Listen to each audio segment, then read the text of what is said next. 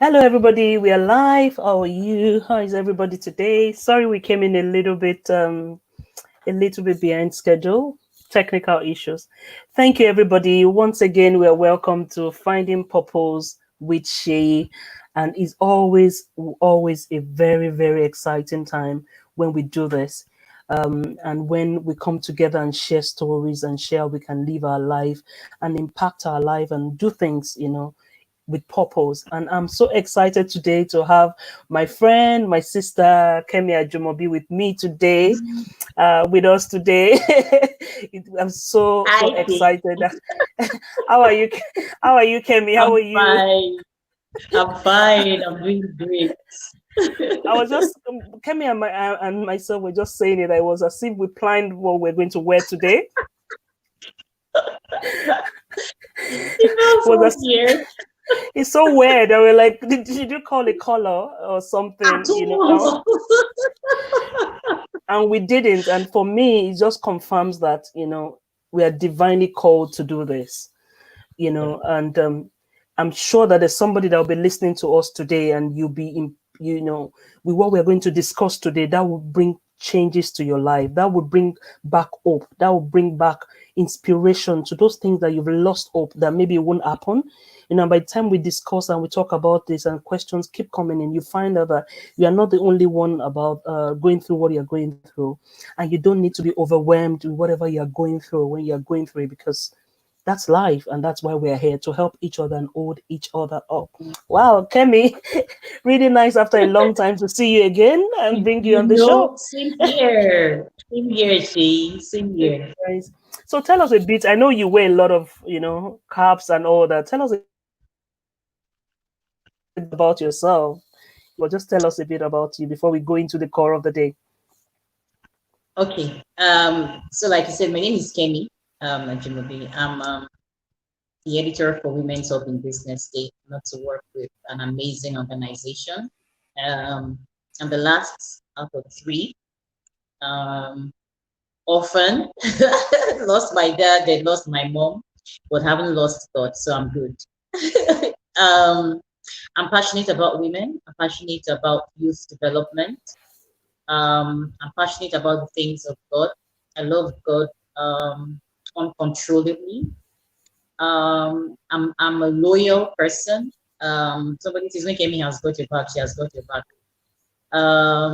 Somebody says to me, can you trust people too easily? Sometimes you need to trust, and then when they betray you, you know what to do next. So I've been a media practitioner for over 11 years. Um, Aside that, I anchor events, I speak at events, I'm a worshiper, off, on stage, anywhere, like God wants to use me. Um, I'm somebody who is passionate about nation building and development, but my core is to women. And I've been using all my platforms to be doing so for a while now. Um, when I had my radio show, I had the radio show. I mean, I did take at two radio stations. After service in church, I would just drive all the way, to just go and ensure that somebody's life is being blessed, a woman's life is being changed for the better, to inspire and give people hope. So I had the radio show, and then it stopped, but then I continued. So now I'm having my show on my wall on Instagram. I also have other ones I do with Fitness Day, like the exclusive with Kemi Ajinobi, that I get to interview with different men and women who share their stories like never before. Um, and then aside that, also I get involved in counseling. Sometimes, we all get to that point in life where you don't want to talk to somebody sometimes. So somehow people confide in me a lot. So I get involved in that. I also get involved in, helping people to materialize their dreams. To share it with me, I give you my opinion. I don't say you have to take mine, but for the fact that you're asking me about it is because you feel I have something to say. So I do that also. And of course, everybody knows, following me on Instagram, those are Kemi love babies. I don't know what it is. I'm obsessed with babies. I just love them, And then, you know, the most important thing is that I'm living a life that God wants me to live. And I'm helping people to also fulfill their dreams in the way that they want it, but according to how the Lord will wish that it plays and stands out. So I think that's just a summary of what Wow. I can feel. Wow. That's why So I said you wear a lot of hats, isn't it? really You wear a lot of hats. trying, So going straight try. into the core of today, my first question would be, what does a purposeful life look to you, or what does that mean to you? Living that purposeful life. What does that mean? Living a purposeful life means you're living a life of fulfillment, but the fulfillment can only come if the Lord has given you direction. How do I mean? I do not believe anybody is existing or living without a purpose. It's something that you are called to do. Until you find that thing, you become restless.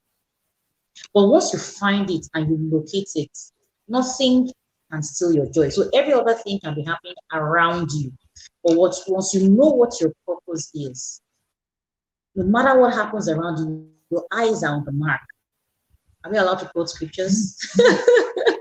It says present towards the mark. There's Yes, a yes, mark. yes, yes, yes, yes. There's a higher calling. Once your eyes are focused on that mark, every other thing around you becomes irrelevant.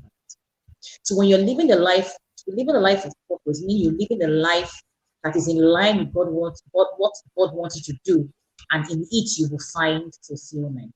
It is what you do, where even though the money doesn't come, you just find fulfillment in doing it. That is your purpose. And until you find it, you'll be living in misery because you will not be fulfilled. Well, how do I find it? I was talking to somebody today, just before the show, and I was talking to her and said, we're having a show today and we're going to be talking about purpose and things like that. And she said, how about if I want to be something and I'm already doing that thing at the moment, and I like that. Is that not my purpose? For instance, if I see somebody that is a medical doctor and I want to be that medical doctor and I'm doing that, does that mean I found my purpose? So, what would you say as in finding purpose? You've said finding fulfillment, things that you like.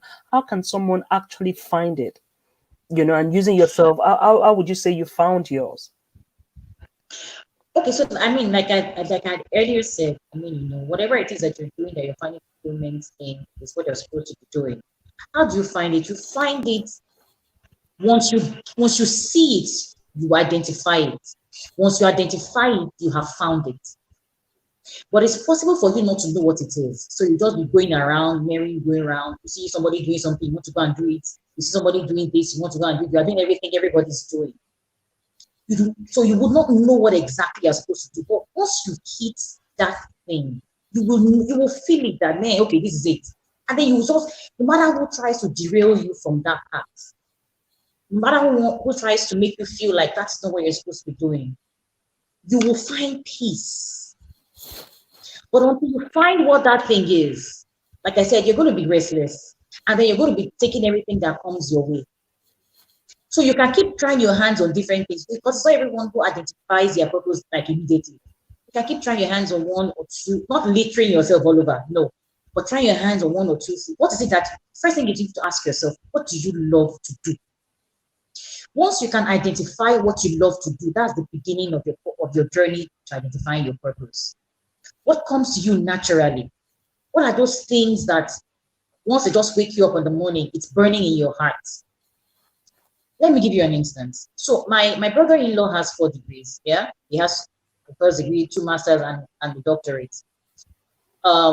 Science, science, science, science. My sister did engineering. My brother did science. I love them. I admire them. I'm the only person with arts.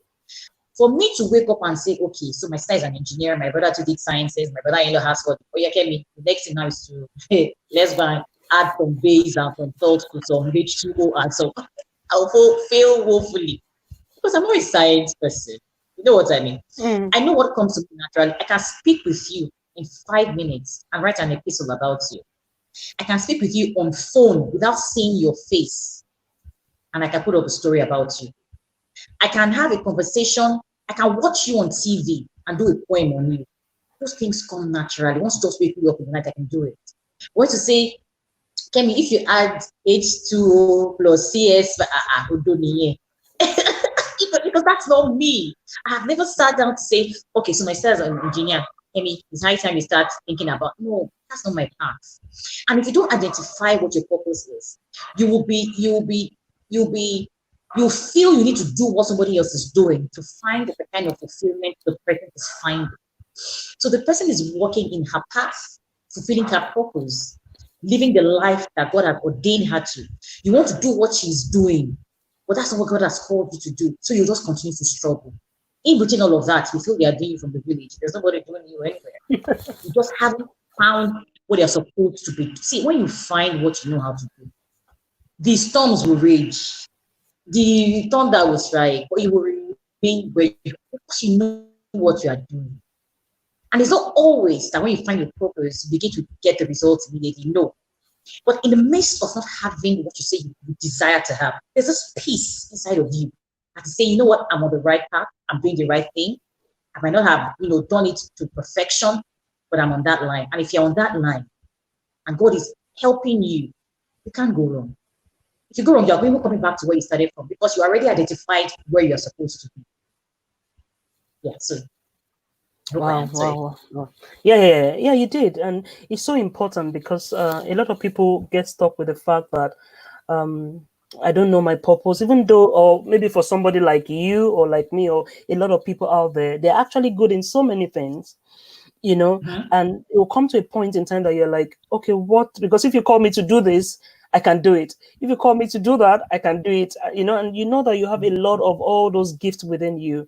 And one of the things I tell people, because you are multi-gifted, but God doesn't show us things in totality. He allows you to have a journey. So you might start out doing something, and as you keep doing it, it reviews until you get to that call that is yes, the main thing. You might be gifted in a lot of things, but you just know yes, along the line that this is what you are called to do.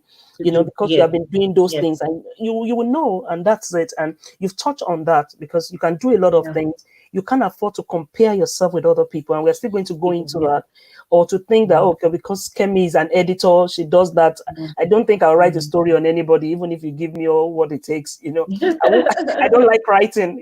I don't like. I was telling somebody today because I know my brain works faster than my hands. So whenever I write, I have to give my son or my husband and say, "Can you think about it?" Because they are more meticulous in reading all those things all over again, and they're more creative. So by the time you do that, you know that okay, your core comes out. In doing yes, that. yes, Uh, yes. and moving into that, we've talked about comparing, and I know that you are passionate about empowering women, empowering people, and helping them get to their purpose. But my question would be to you is, in that line, what would you say are the major challenges, that hinders people from getting to their purpose and their core in life? One major factor that can hinder you from getting to purpose in life is unbelief in yourself. When you feel that you can't achieve something because of the limits that man made, you begin going backward from that level. Once you believe in yourself and you tell yourself, I can do this, it's just that our levels of faith differs. We're not the same.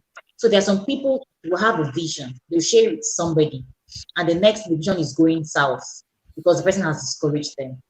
Sometimes it's even the truth they are telling you because that is not where you're supposed to be going. But if you do not have, another thing is if you do not have the gift of discernment, you will not know. So anybody will be able to toss it to and fro, and then they say, oh, okay, this person said I should do this. Okay, pure water is the thing that is raining. Okay, I'm going to start selling pure water. They're selling weed on now. Please, I want to go and sell weed on. You just be all over the place. So the first thing that can hinder you from that is unbelief in yourself, when you don't believe in yourself. The second thing is when you listen to the wrong advice. A lot of people are advice givers these days. So you have to really, really be careful who you are listening to. I always tell people, I say there's a difference between listening and hearing. I can hear you if I put on the TV and I'm waiting for a particular point and the person hasn't said it. I can be hearing the person. But once the person begins to speak what I want to hear, I start to listen. So you must be careful who you hear and who you listen to. In things that has to do with your life, it's important that you know who you listen to. Because if you listen to the person you should be hearing, you can go south and it can hinder you from fulfilling the dreams and the vision that God has given to you. Another thing that also hinders one from living a life of purpose is fear.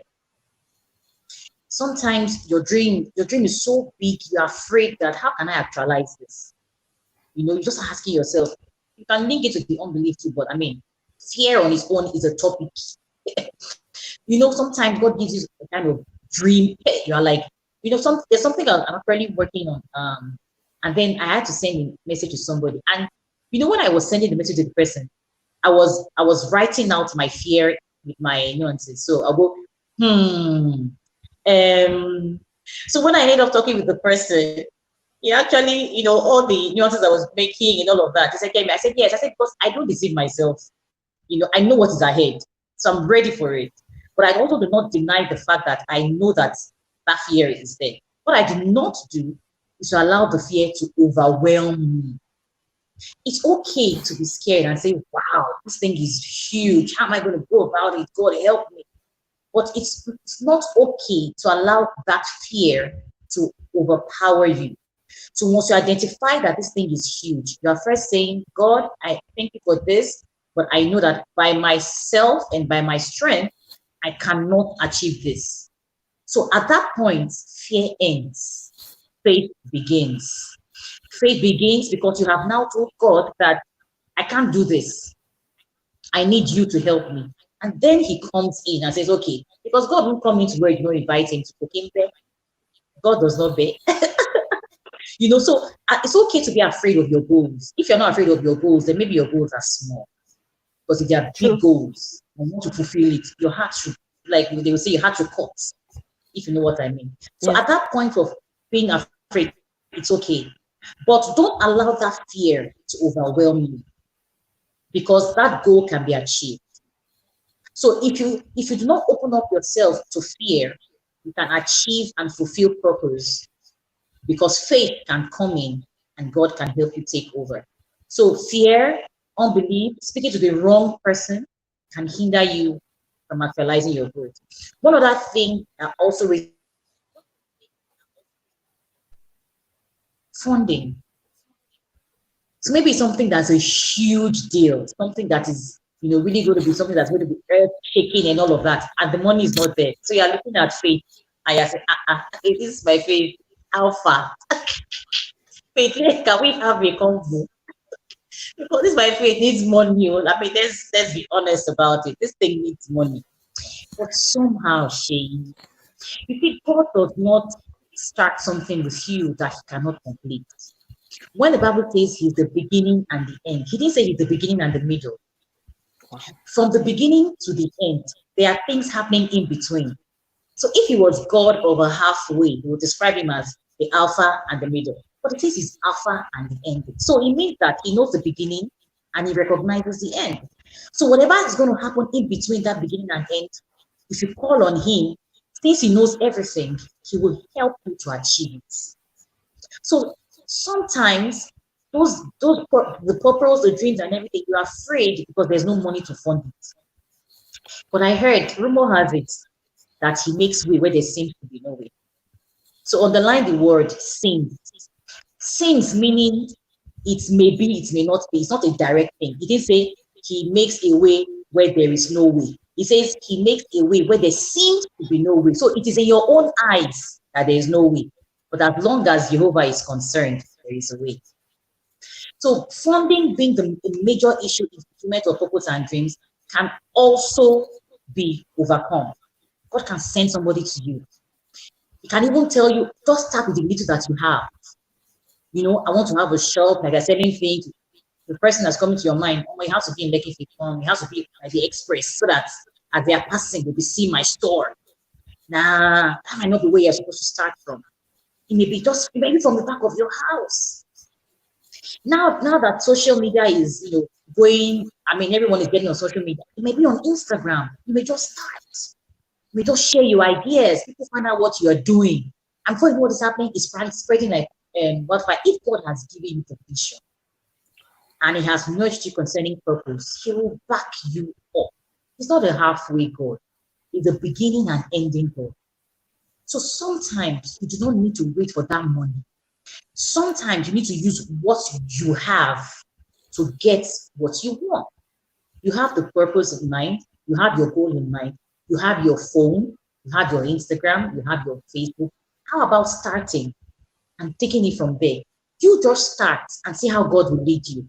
There's a proverb that says, it's the child that raises up her hands or his hands that the father will carry. Raise up your hand and see God carry you.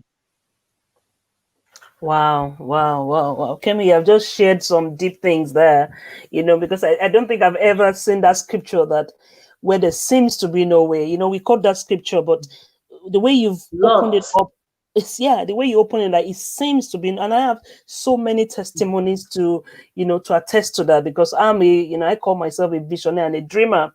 And sometimes when I see those dreams, or when those dreams or vision comes, I'm like, oh no, Seyi, not again. It doesn't look real. It's Mm, not possible. And you just said it all. It seems as if there's no way in your own eyes, but in the eyes of mhm. God is the Alpha and There's the a way. Omega. He understands everything, and Yes. you just opened a lot of. I'm sure a lot of people will be blessed with that. And with that Mm, response that you have given, that will lead us to the first question, which somebody sent to me, on that question. And she was like, how do I address, because she's currently having it, how do I address imposter syndrome? Because I know within myself that is what is stopping me. I'm in that position, but in my head, it keeps telling me I'm not supposed to be there.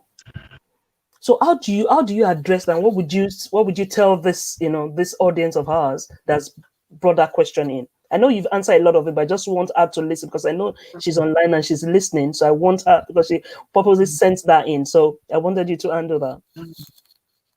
Okay, so what the enemy always does is mess our heads up to think we are not qualified for certain things.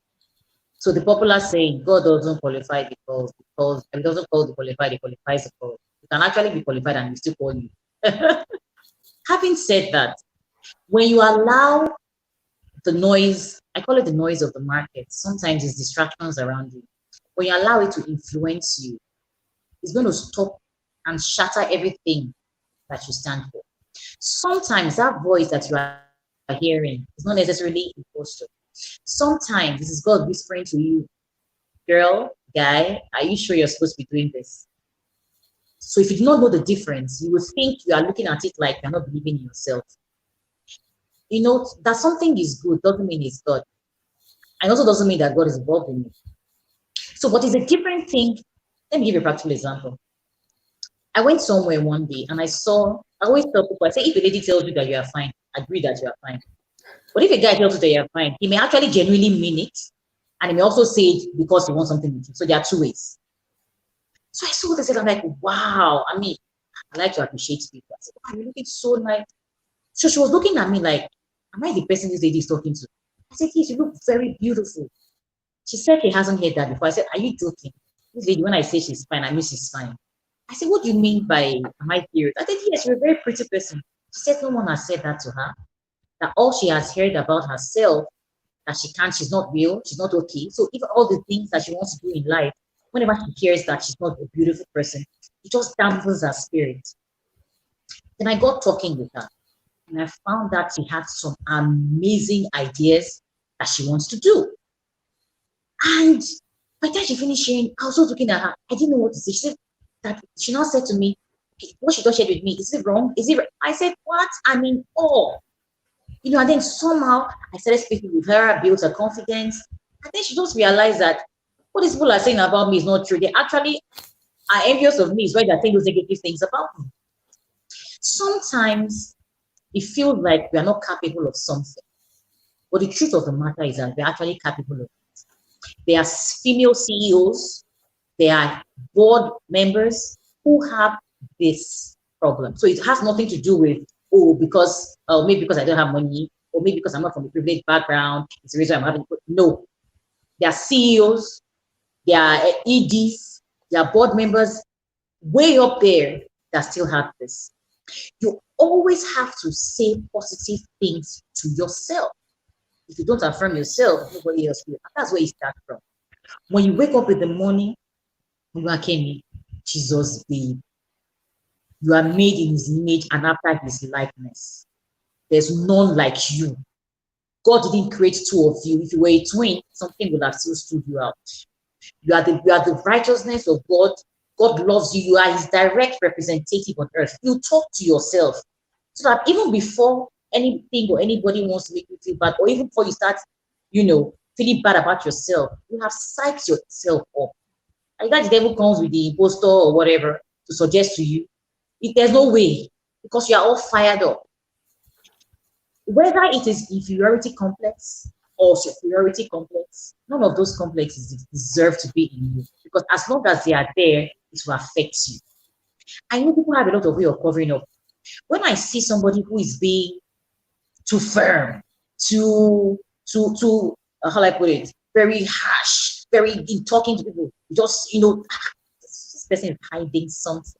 There's something somewhere. Something is wrong. Sometimes it is the fear of, okay, I don't know so much. So if I allow them talk, they will get that I am weak. So rather than face their insecurities and work on themselves, they decide to want to overshadow whoever is speaking. That is a serious case of inferiority. So they might be this, they might be in this, but they have those issues. So if you allow the imposter syndrome to affect you, it will destroy a lot of things. So that even when you're even rising and you're fulfilling your goals and you still have that imposter syndrome, it will affect you till whatever level you're getting to. So the earlier you address it, the better for you. And you do not necessarily need somebody to come and tell you that you are this. The Bible says David encouraged himself in the Lord.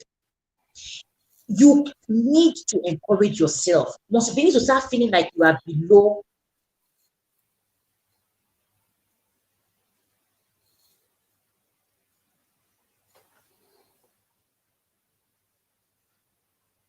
I think it's the internet. okay, oh, you're not up to this. Oh, you cannot do this. Oh, you're not qualified for this. There's some people that are masters, they have masters in talking down on people. By the time they finish with you, if you like have 75 degrees, you just feel like air. You have to watch how you relate with such people. There are people that are following me, that I'm following on Instagram, that are on mute and they don't know. I need to keep my sanity.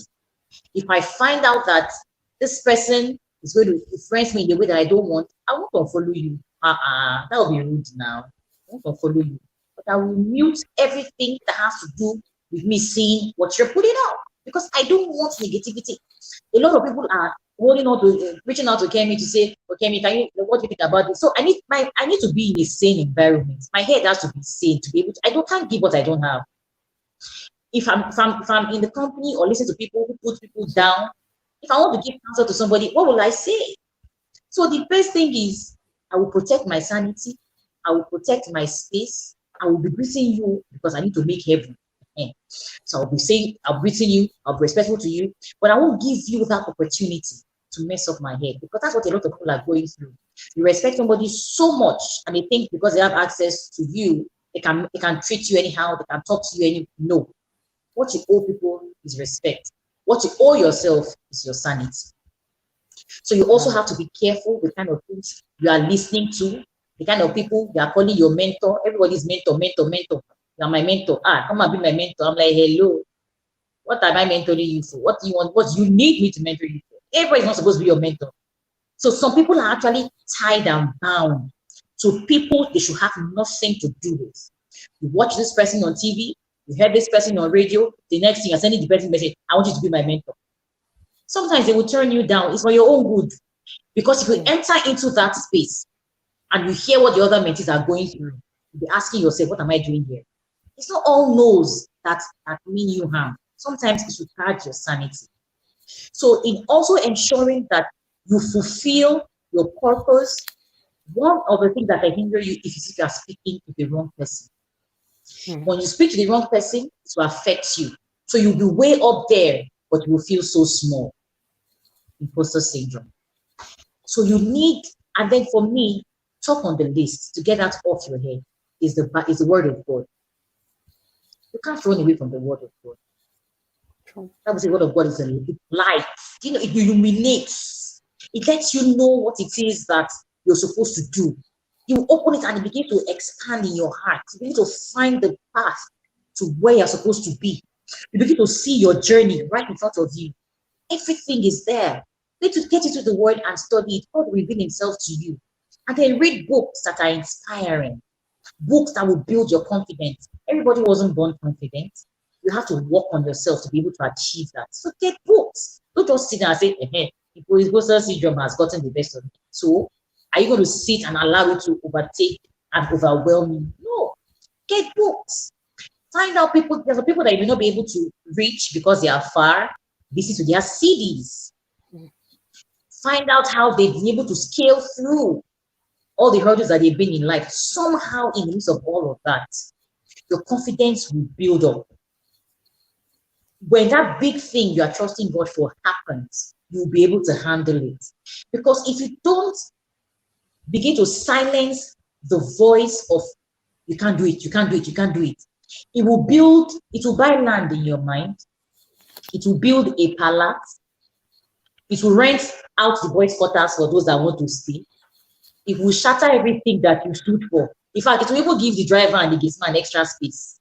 And then you don't want that.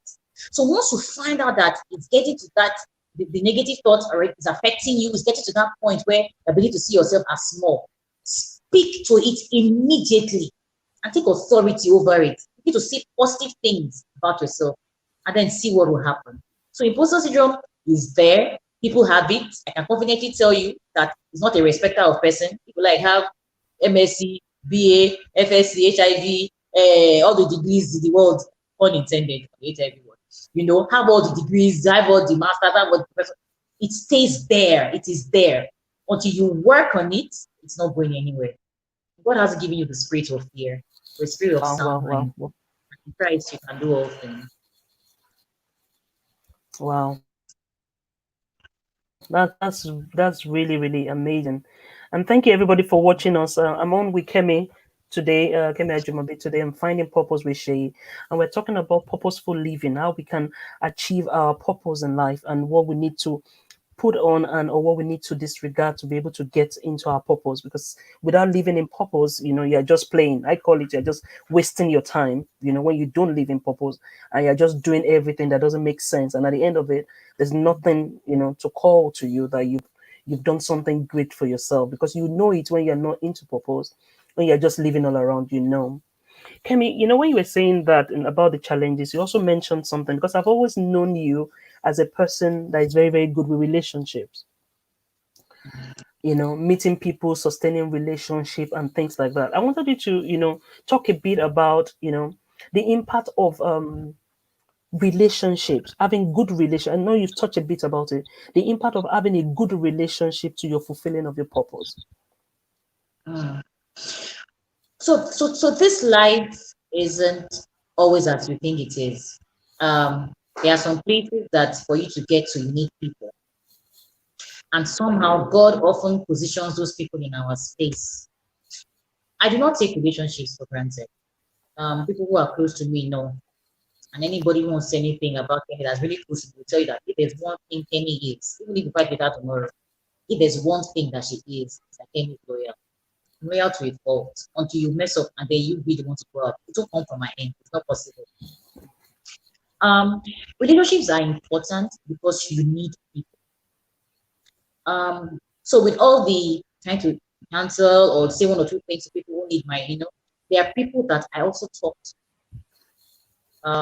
When I'm down, I know who to call. I know who will fire me up. Something happened to me not too long ago, and a dear sister of mine, not related, immediately I told her what it is. She immediately entered the spirit and left me there. Even you know what I mean. Like she was like, Kemi, no. Your heart is so beautiful for this. I don't want this. She just entered the spirit and left me there. I'm like, okay, am I supposed to say amen to what's going on? I just said, just kept speaking it. She was just praying. She was going on and on. I said, no, no, no. It felt like an insult for her to hear that. And I was like, okay, people taking it even more than I. And she spoke. I knew what happened after she finished. There was also another day, and already needed to talk to. There's a difference between wanting to talk to somebody and wanting somebody to pray with you. Sometimes you just want to talk to somebody. And I was in that state of mind, and I reached out to somebody that I felt, we always have time to read whatever I had to say. And the person didn't respond.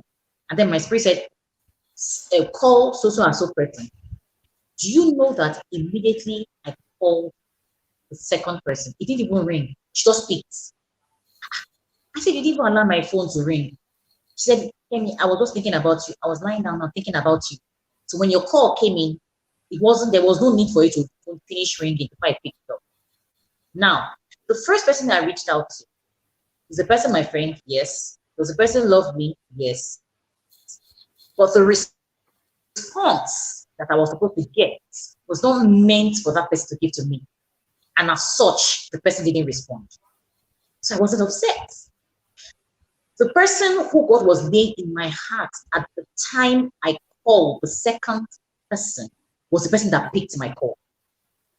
And then God had already ordained that process so well that when she began to pray for me, the things I was worried about were the things she began to mention.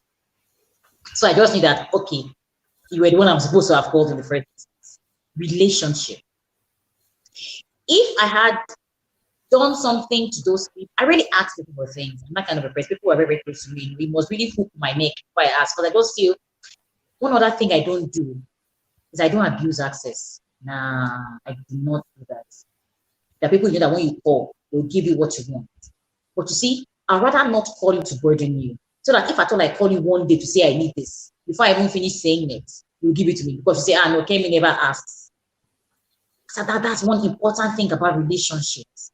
When you have access to somebody, don't take it for granted.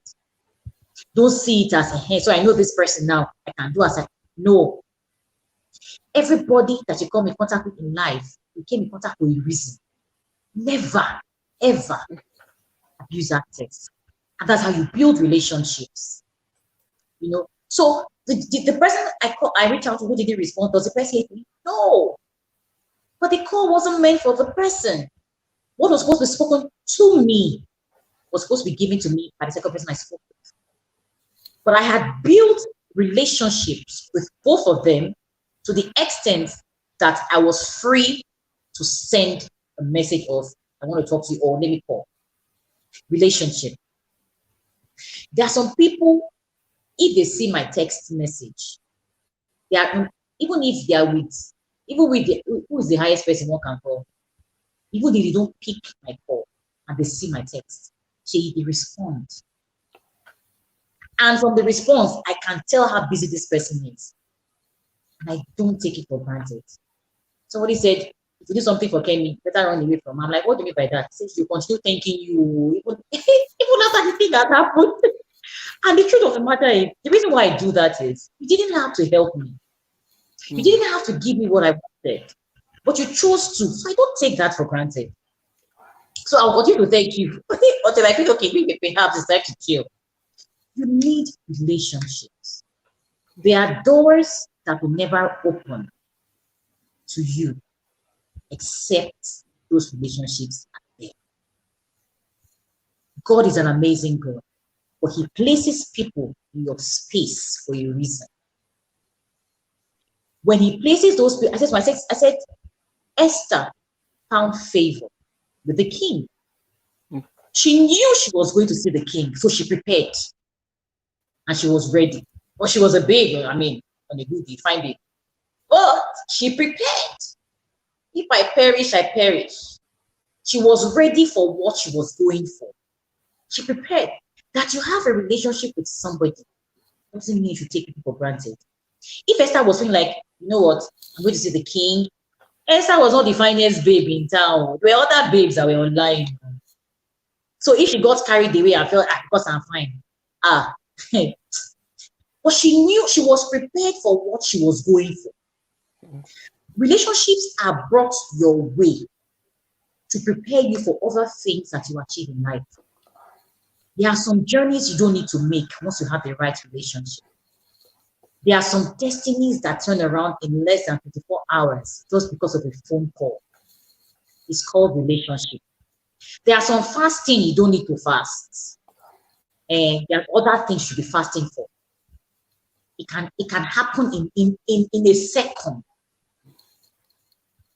A few years back, I was supposed to do something. I don't want to go deep into it. I was supposed to do something, and the person was supposed to be involved turned back on me at the last minute. I made only one call. You know what the person said to me, Seyi? The person said, Kemi, you have been the one doing something for me. I have never done anything for you. She said, for that alone, this thing that we will sort it out. Seyi, in less than 24 hours. Wow. That thing will actually shatter the foundation of the things I have built. What result? God did it in such a way that the replacement was now even like, hey, where have you been? Relationship. Do you know that some people can almost remove their head for you? I was speaking to somebody today. I said, you need to be very, very careful how you offend people, because you do not know who is praying for who. You have to be very careful. Relationship.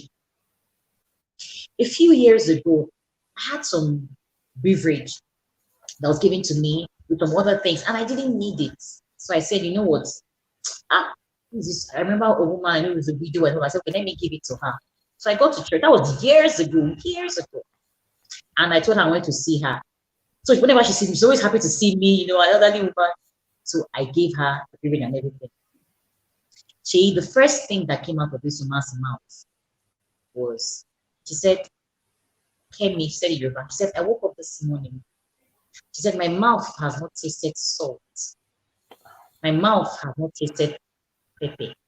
My mouth hasn't tasted oil. So what I want to say to you, I'm saying it from deep within me. Once she started that way, I just knew that this is not the kind of prayer you will receive standing up. I went on my knees fast. Like fast. It's a different thing when the elderly woman is praying for you. But when she starts that way, if you are discerning, the angles she's going into. I just went on my knees. And she kept praying and praying. And I said to myself, what did I give this woman? Beverage. What if I had done something else? What will happen? Relationship. Mama didn't know what I wanted to give her. She didn't even know why I wanted to see her. But because of that, I know what it turned out to be for. You cannot joke with relationships. They will discuss you in meetings, and somebody will say, no, this is the person that's supposed to be there. This is who we want. There's some examples I can't give because but you can't joke with relationships. It's not possible.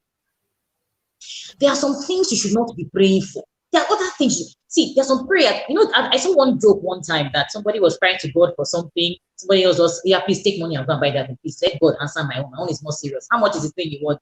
50K. Oh yeah, take 50K so that God can turn to me and answer me. There's certain things you need to pray for. Relationships to make it work. You can't joke with relationships. You need people. And if your relationship goes south, you can even be a boss and you don't have a right relationship with your staff. It's a big problem.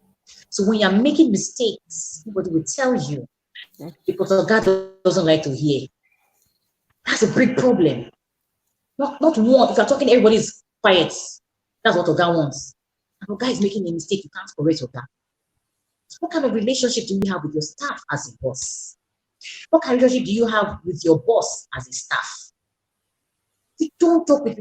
Many people cannot go back to where they worked before to ask for reference because they balanced before they left. That means, balanced means they spoil things for they left. So those who don't understand Yoruba. So it means that you can't go to ask for reference because you messed up before you left. Relationship. There are people in organizations who shouldn't be fired if they had good relationships with people that will defend them and say, you know what, no, this person, you guys have to forgive this person. But if the relationship is bad, it's dangerous. You have your gate man. You don't have a good relationship with your gate man. And then it's easy for them to penetrate. There's some gate men, no matter no matter what you want to offer them, they will never betray their order. Yeah. I'm not talking about those who are naturally long throats and who have, talking about caring for the people that work for you in your house, your maid. You to talk to them anyhow, you treat them anyhow. Person that can put something in your food and you're gone. Relationship. I know somebody who actually built a house for their maid. The husband and wife, they said, you know what, this girl has been with us for so long. We need to build her a house. They built her a house. When she found out she wanted to faint, she was looking at herself as maid. I have a house. Relationship. You can't joke with relationship. You can't. Something happened to me recently, and somebody who is my friend, showed me a level of reality that scared me. So I used to think that I'm up there when it comes to reality. She shocked me recently. I said, wow. So you can actually do this. You can't joke with relationships. There are several things you can get in life, you can achieve in life through relationship. People have entered some places that they would never have been able to enter because somebody gave them a note and said, give it to this person. Once the person sees this note, so the story is like Esther's case. I'm giving you this. Whatever you do, I'm giving you access. Whatever you do when you get in front of the king is your choice. But I've opened that door for you. Many people's doors have been opened because we're given access. We can start a relationship. We won't live here. Don't joke with relationships. I have in my space. But those who are in my space, I do not take them for granted. Yeah. Yeah. Because I've always known you with that, and I remember, I don't know whether you can remember 3 years ago when, is it 3 or 4 years? I can't remember now, when we wanted to start the Inspiring Widows, and I gave you a call. Now I remember, yes. I'm sure you will remember. And for a lot of people that are watching us, we do, this show just came now because, it's been on my mind. But every year for widows, we have like a 3-course meal at the Hilton where we bring widows together, single parents, and we give them food and all that. When the vision came and I wanted to start, I was wondering who's going to come, for this event, and I called Kemi. I said, Kemi, I'm starting, and I have so and so and so and so in mind. And she was like, this one, no. This one. And she gave me, and she connected me, and the person said, oh, if Kemi gave you my number, then it's all done. I didn't need to do anything. I didn't need to, and the person today is just has always been a blessing to my life, and the importance of relationship, and you can't trivialize it. I've been I've been a beneficiary of relationship, and that's why for me it's so important, that it's an area that one needs to keep learning, because that currency, like somebody said here, said thanks, deep things, relationship, another currency we don't spend wisely. Because a lot of people, like you said, a lot of people have missed out severally because of that currency.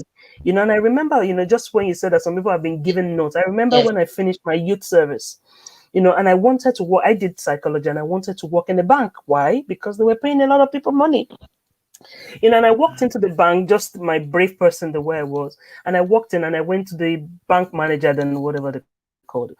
And I said, I want to work here. And he said, you cannot work here. And for me, those kind of things are the things that brings the fire in me. If when you say you can't, it's like you've turned me to the next gear. You put the gear on. And I remember going back to Lagos, and I was looking for it. I said, I want to work in this bank. And my dad was like, you want to be going to, so, and I went to I was going to one uncle, from the other uncle to the other uncle, the old church. I need somebody that knows this bank. And I remember eventually somebody said, you really want to work in that bank? I said, yeah. And he just called. And when he called, the person said, see me in the office on Monday. And the person just gave me a business card, not even a letter, a business card, and signed it. And I remember when I went back to the bank, I didn't have to say anything. I just knocked. Immediately I knocked. The guy said, you again? I told you cannot work here. I said, I have a card for you. And I remember that when I gave him the card, he was sitting. When I gave him the card, he stood up. Yes. He stood up from the chair. He was like, where did you get this card from? I said, it's just a normal, just my friend, and I just, but you knew that for you to get that card, Mm-hmm. and that changed everything. He Thank stood you. up. He was the one taking me Yes. back. This is the Change new the start. narrative. It does- That's what always Yeah, happens. exactly. Mm-hmm. And that importance, of relationship is so important. But on the flip side of it, Kemi, and because we work with widows and single parents also, a lot of people have been Mm-hmm. burnt with relationship, especially when you're trying to get, tell us about, be open, come out, tell your story. And this is part of what we do with finding purpose so that other people can learn from your story. A lot of people Mm-hmm. have been backstabbed. A lot of people have experienced telling people their stories, and they've become the rumor of the town. A lot of people have told their story and told their experiences, and is they're worse off saying it. What would you say to such, because I keep saying this, so I want other people to also hear you say it. If you have been in that position that you've been burnt several times, how would you get them? Because until you move out, you cannot achieve that purpose. So how do you move that journey from that place to a place of purpose? Okay, so the truth of the matter is, even Jesus Christ himself was betrayed. So that, one good thing about the scripture is there's nothing you're going through that is new to God. Mm, So you can't say, oh, you just way up there, you don't even know what I'm going through. That no, he has been through it. So there's nothing that is new. People have been betrayed. People are currently being betrayed. People are going to be betrayed. Now, what you do with the experience helps you to move ahead, because you might actually now remain in that place and refuse to come out of it. And that will be detrimental to you, because you actually do not need that. Sometimes we expect too much from people who can only give you too little, and then you end up being too disappointed. Let me take that again. Sometimes we expect too much from people who can only give you too little, and you end up being too disappointed. There are people you shouldn't be expecting to inspire you, because they're not even inspiring themselves. And so, if you are that kind of person who is always looking out for somebody that will tell you something positive to make you feel good, and then they don't tell you, you now become disappointed and you now feel betrayed. There's a lot of working on yourself that you need to do. Do we always need people to speak with? Yes. Are we afraid that the people we are speaking with might go and tell our stories outside? Yes. But somehow, in the midst of all of that, there are one or two or few people who will never betray you. Once you find those kind of people, don't play with them and don't joke with them and don't take them for granted. If you're living your life thinking, nobody's going to, I don't want anybody to betray me. I don't want anybody to, I don't want anybody to do this, I don't want anybody to do that. You end up hurting yourself, because people are going to do that. You will build your inner man to a level that even when the betrayer comes, you have something to confront it already inside of you. The word of God has been shared already in your heart. So you are loaded, you are waiting. As negativity is coming, it is meeting something. Nobody goes to their in-laws' house empty-handed. They carry things because they want to go and impress their in-laws, so that they will know that this you want to marry that baby in your house. You will load yourself so well that as negativity is coming. I said, when I discovered mute on Instagram, I wanted to do a special prayer for the owners of Instagram. You don't understand. You know what that thing is? because I'm just hearing it for the first There's nothing time. like, then Seyi, why did you follow me? Why did you kill? You'll be seeing me, I'll be seeing you. If I'll be seeing you at my choice, you will be seeing me compulsorily. But me, I'll be picking when to see you. My sanity, I don't play with it. I don't joke with it. Because sometimes you expect so much of people, and they are also humans. And then the truth of the matter is it everything you should be sharing?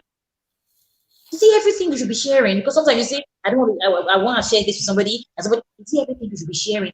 There are certain times you need to hush. Talk to your God about it, or talk to somebody else that God would need you to speak with. If you keep living your life in the fear of, if I say something, somebody else will go and say it, then you remain silent. You have to be able to speak your truth. People are always going to be betrayed. It's not new news.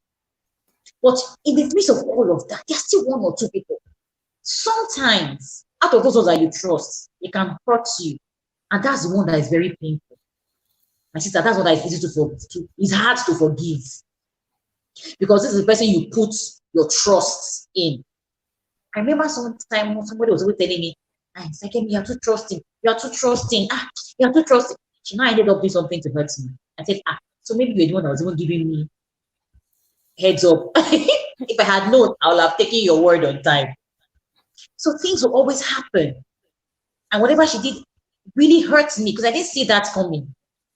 And that's why it pains more, because it's the people that you expect so much from that hurt you so well. So we must always know that don't expect too much from people who give you too little and leave you too disappointed. Find a way to always, in the midst of those people that you are not trusting, there's one at least that you can trust. And if you feel the thing is too heavy to be said, talk to God about it. It's not everything that you must be saying. So I understand the hurts, I understand the betrayal. Everybody has been through that. There's nobody who has ever been betrayed before. But it still doesn't mean that you should not be able to see everybody that way, because everybody's not that way. That's what the truth of the matter. Yeah, and I really agree with you, Kemi, in that bit that, I used to tell people, I said, when you're going through a lot of things, and I learned it with maturity and over the years, to be fair, because of my kind of personality, I'm free, I'm jovial, I'm all about, but I found out that as you grow, there are some things that will happen to you that you need to hush, like you said. There are sometimes that, something happened to you and you're thinking of this person, you're thinking of that person.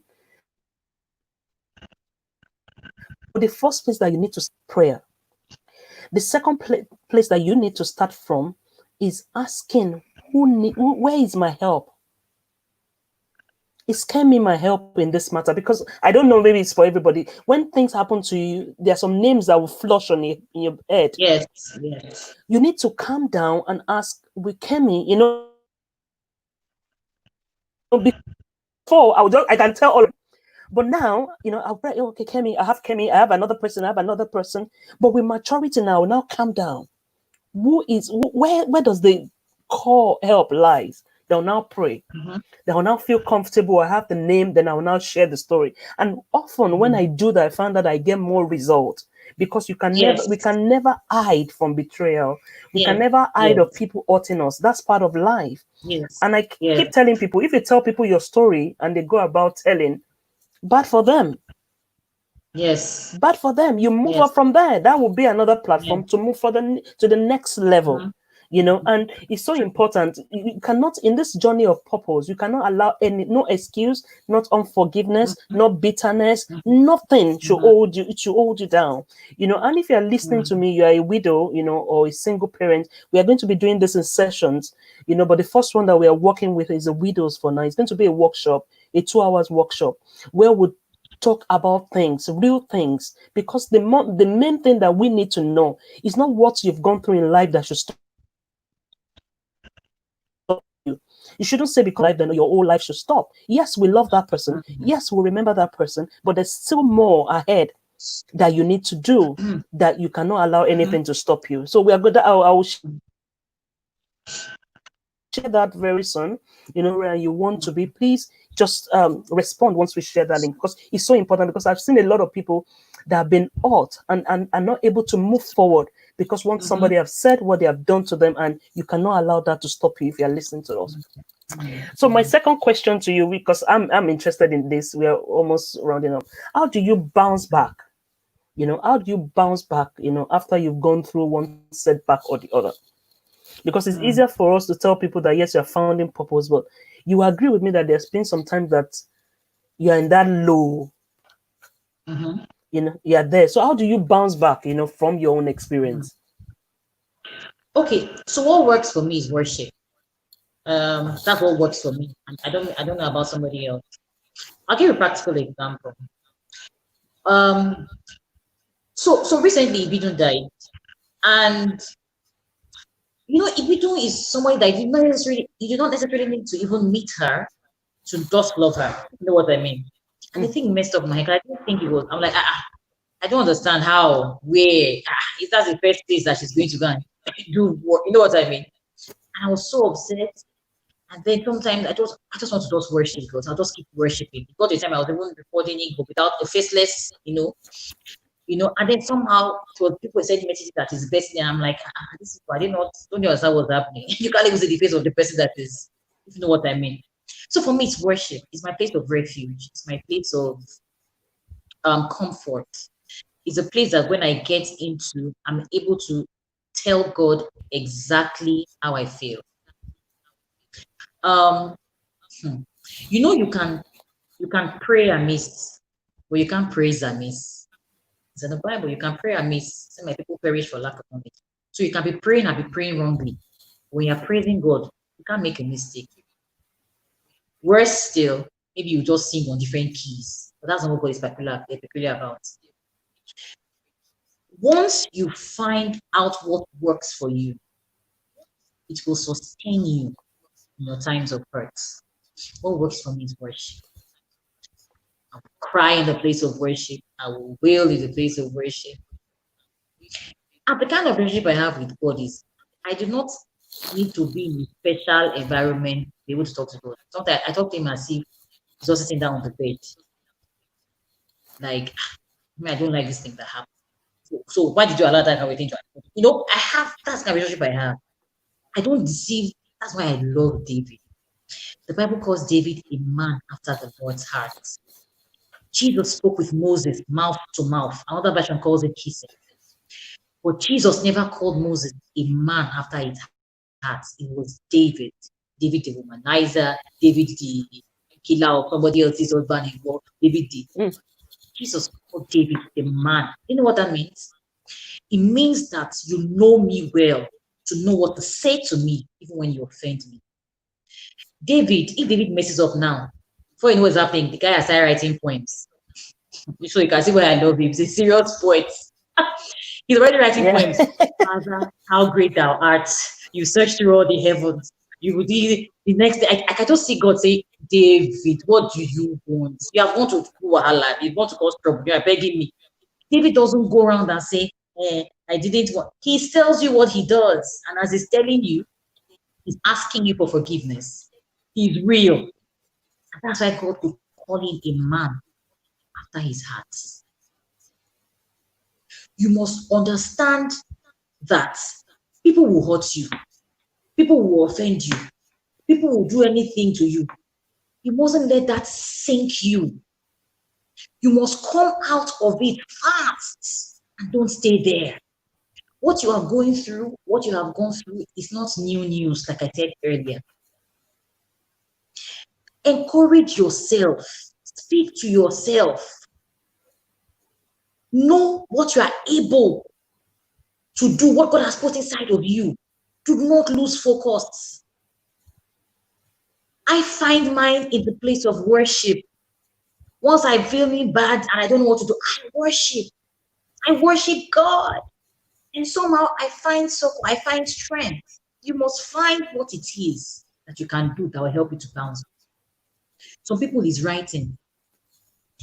So aside worship, what I also do is writing.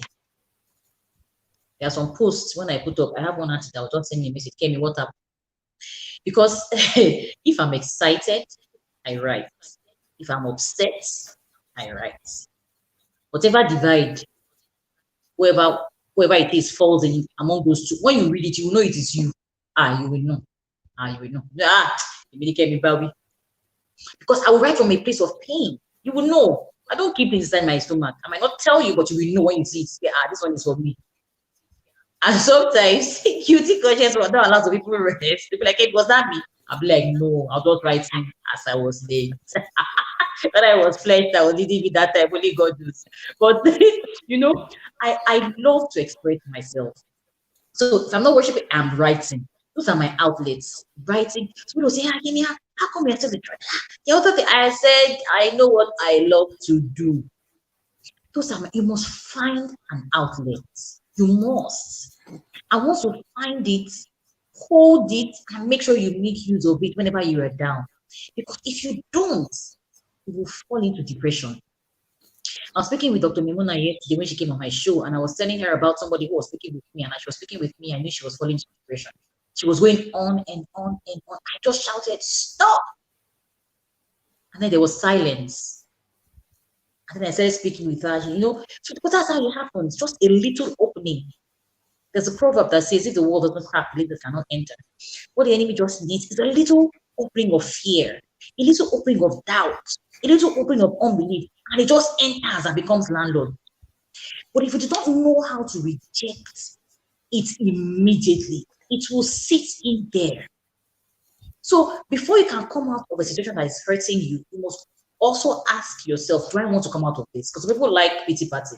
You don't want to sit down there so that the matter will not go and all of it. Is that what you want? Then fine. At least you consented to it. But if you truly want to come out of something and you really, really, really want to, you can. It starts from you. Nobody's going to come and do it for you. You have to make up your mind that that is what you want. You want your sanity is important. Your peace is crucial. Your mental health cannot be toiled with. So my escape route, worship, I write, and then sometimes I speak with people who I trust. Again, I'm sure you think I'm trusting again, but there's people that they have got you, they are free to say anything to you, and they tell you anything, tell them. And so I have those people, I call them and we talk. Before you know what is happening, it's gone. It's gone. Wow. So you must find an outlet. I found it. So once you find yours, no matter what happens, you just go to that place and pick it. And pick then it. you're Wow. back. Wow. That's a good one, And for people watching, Kemi has always been a writer anyway, and a singer. I can't remember, Kemi, I can't remember whether you remember, when I think it was in my room back then, and we're competing who can sing best, whose voice. I don't know. It's been a long time. Are you serious? I can't remember. Oh, I don't know. I think it was.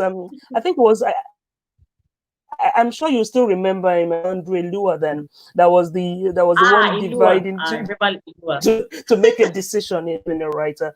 And yes, so she's always been a writer and a singer. And like she said, you need to find an outlet. It's so important. You can write, you can sing, you can take a walk. I love spa. And a lot of things on my head is that I love to get away. It ends everything for me. 3 days get away from anything, stay me for 6 months. So you need to find what works for you and work with it. On here, Kemi. And she says, thank you so much. Question.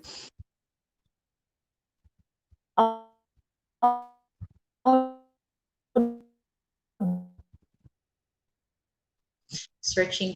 How do I balance searching for my purpose and working other things?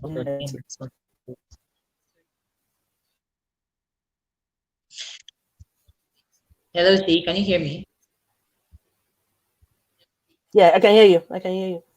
Okay, so here's what it is. I can hear you, Kemi. Can you hear me? Yes, I can hear you. The fact that you're searching for your purpose does not mean that you should lay lazy and not do anything. It's like somebody who's saying, God bless me, God bless me, God bless me. And there's nothing for him to bless. So if he blesses your emptiness, you will increase in doing nothing.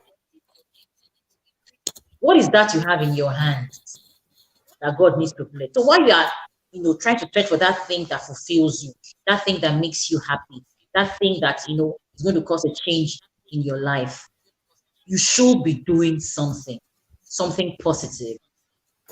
While you wait for the little that you have, use it positively. So you can't just keep saying, oh, because I'm looking for purpose, my responsibilities, I shouldn't take care of it. Guy, babe, you're gonna go hungry. You know what I mean? Don't say, this thing I should do for my purpose. This purpose I'm looking for now. I have to find purpose. And then you're not doing anything. Whatever it is that you're doing, keep at it. For all you care, it's going to still align with your purpose. If it is God that gave it to you, it will still, they will meet. They will meet somewhere. Or don't sit down doing nothing. You wanted to discover who you are. You're going to be experiencing different things along the way. You are learning. You are taking notes. You are marking it. You are dotting the I's and crossing the T's. but you don't sit down doing nothing and say, okay, I'm waiting for my purpose to come and find, okay, yeah, I'm going to go and look for purpose now. And so, and you have responsibilities, you know. So once you've made up your mind that, you know, I'm going to keep doing things, that thing exactly I'm supposed to be doing, before I get there, while I'm where I am, I will do what I need to do on the way to where I'm going. Yeah. Thank you, Kim. That's That's that's very good. Then another thing that I can say, Aisha, which is something that I've also done, is if you know your purpose, you can also do some responsibility around your purpose. You can look for responsibility that aligns with your purpose, and work. It doesn't matter. You can take the lowest job, in as much as you understand that it's still a journey to eventual, to the place that you mm-hmm. want to. You might not be there. You might take, some people have changed career. I've seen a lot of people that have changed from one career to the other career. Why? And taking a massive pay cut. Why? Because they know that they are around that area where their purpose can be fulfilled. So you can determine to just look for areas that can fulfill your purpose. Do they have jobs or responsibility around that area? And go for it, and believe that, in doing that with other things, you'll be able to sustain yourself and your family in doing that, and also you're in that journey of purpose. So Mm-hmm. that's, I'm just adding to what Kemi has said. So Kemi, Mm-hmm. we're coming to an end. I don't want you to go anywhere. I'll still ask you See, some you're, few you're questions. coming to my head. I hope my phone doesn't go off.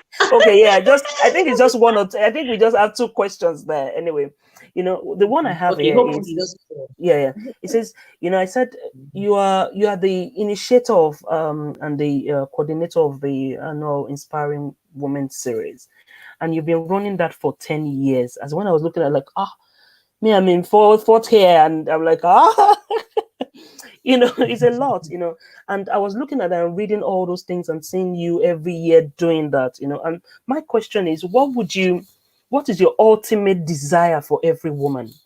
Why that Inspiring Series conference every year, and what's that ultimate burden for the woman? Okay, so I'm very passionate about women. Anybody who knows me knows that. And what happened was when I started writing in business, I realized that, all the things that I was hearing from those women share to me as their experiences was not enough to put on just one page in the paper. I thought about it and I said, you know what, I think the best thing, I mean, these things that these women are sharing with me can't be on a page. I think I need to start an event where I'll bring all these women together and then they'll share these things that are sharing with me with other women to inspire them to be better. So, I mean, I walked up to my boss and I shared the vision with him. He just looked at me like, okay, I hope you know what you're doing. I hope you know what you're doing. But he never told me for one day, don't do it. Hmm. So he gave me the go ahead, he supported me, and then the business day started it. And to the glory of God, I mean, it's going to be 10 this year. Why is that? So I grew up, my mom is somebody who is extremely passionate about people and she loves to help people. And I've seen how she single-handedly did certain things for I and my siblings and how, all the things that she's done. And I just saw in her, like, what kind of a woman is this that does, I mean, for instance, when I was, I don't know if you've heard the story before, when I was young and I was a baby and my mom was breastfeeding me, um, my sister came into the room and started shouting, "Mommy, mommy, fire, fire, fire." Apparently, there was a fire in the next house. I think the people who owned the house left the children in the house and went out. So the house was on fire. And while my mom was breastfeeding me, she couldn't think of any other thing to do than to go into the fire. So she gives me to my sister, wraps a blanket around her body, and goes right into the fire and brings out the children, five, six of them. But by the time she came out, she was burnt. So she had a second degree burns, but the children are alive. So tomorrow, I don't wonder where those wonderful children. So one day I was driving to, I mean, she had picked, I went to Corona. So when she was, I know Corona, they always just say sorry, please, and thank you, and ask questions, what you don't understand. So she was bringing me back from school one day. I will never forget that day in my life. And so she stops. She comes down, and I saw some people hugging her, giving her peck on the cheek. I was there in my uniform, just holding my arms. She come and tell me who those people that are hugging her. She come and tell me who those people. Why are they hugging her? When she got into the car, and I asked her, "Hey, Mom, Why are those people hugging you? They shouldn't be hugging you. That's a man, he's not daddy. Why is he hugging you? Why is he hugging you? You know, why is that other lady giving you? She said to me, she said, Kemi, remember the story I told you of me bringing out some children from the fire? I said, I was ready for the defense. Like, how does that relate to you? How does it link with you hugging somebody else? She says, those are the people. Do you know at that moment, I just said to myself, I said it in my head. I remember clearly, I said, wow, my mom must be superwoman. Because that was a big deal for me. I'm like, how do you go into the fire? That's another story. I mean, for another day, I can't, but those things form my thinking that if this woman can do this, then I can do some other things too. So I just said, my head was just like, wow, this woman is a superwoman. She reached out. And then when we moved to Abuja, sometimes we're driving, my mom would see some people on the road and pick them. I would almost want to faint. Like, how do you pick people on the road that you don't know? This woman, why? Why? There was a day we were driving. She met up with some people on. They actually asked her to stop. And the next thing, it's just saying, "Oh, yeah, one year, woman told you." I can say what that means to you. So my mom used to work in prisons, and then she was asked to come to Nigeria to come and help reform the food that the prisoners eat. So apparently, maybe one or two of them got released around that time. So it was one of them. He just was just shouting, "Oh, yeah, one year, that's our mama. Let her go, let her go, let her go." This one used to take care of us in the prison. So I'm like, wow, okay, so all of these things that this woman is doing at her own level, it's really making impact. I will do something when I grow up. I'll become something good. I will inspire other women to do other things. I was just nursing it in my head. So when the idea came to start the program, and then I shared with my brother, he was just looking at me like, just make sure you know what you are doing. So that passion had always been there, but that was how it started. And then I started the radio show. I would leave after church. I would drive all the way. I was living on Maynard at that time. All the way. I would be going every Sunday. I would bring guests on the show that some of the radio stations had never met before. Sometimes even after finishing, they will tell me that, do I mind? They want to interview the people that I brought on their own. I'm like, please feel free. I kept doing it. I went to two radio stations. I kept, you know. So the passion to always be a supporter of women has always been there. Um, Not that I don't support men, like I'm not saying, but that passion of I saw my mom doing this. If as a woman she can do that, I can also make my own impact. So that's why I'm passionate about women. I love to support things that have to do with women. I give whenever I'm invited to come and speak or do anything, I just try my best just to encourage, and the thing about women is that it's not all women that knows how to handle emotions. We are very, very emotional people. We say that no, we can break down, but men, once they once they just see their friends, it's done. Like what happened yesterday, like you're still talking over it, and the guy has moved on. You know, for what the woman embodies, for what she stands for who God created her to be, for the gift that is innate in her, for her multitasking abilities. I love to celebrate with them. I love to encourage them. And I love to let them know that they can do great things. And most importantly, I'm somebody who believes that it's not really about your gender, it's about your agenda.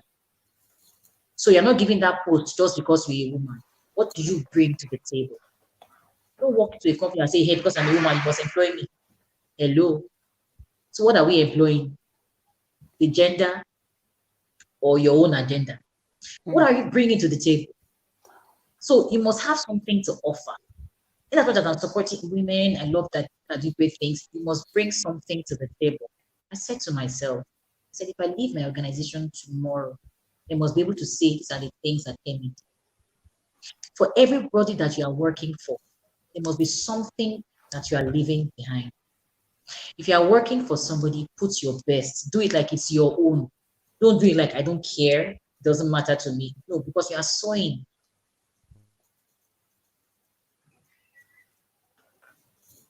Wow. Because the internet. Wow. Wow, that's so inspiring. You know, the power we have as women, you know. Just wait till she gets back. I think she's frozen a bit there. The power we all have. So think, even as we end this show, in a few minutes, think, what difference, Are you bringing to the table? You know, what do you want to offer? What do you want to be remembered for? It's so important. It's not about what they have done to you or what other people have done. It's you. What are you bringing to the table?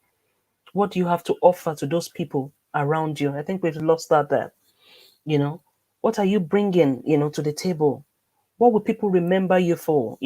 July for us is a very, very special month because we're going to be sharing the picture, very soon. So what we did was we worked with widows in Ibadan, a place in Nigeria, and we also worked with Kemi's back. Okay. Yeah, I Yeah, am. You see how it wrap up on time. yeah.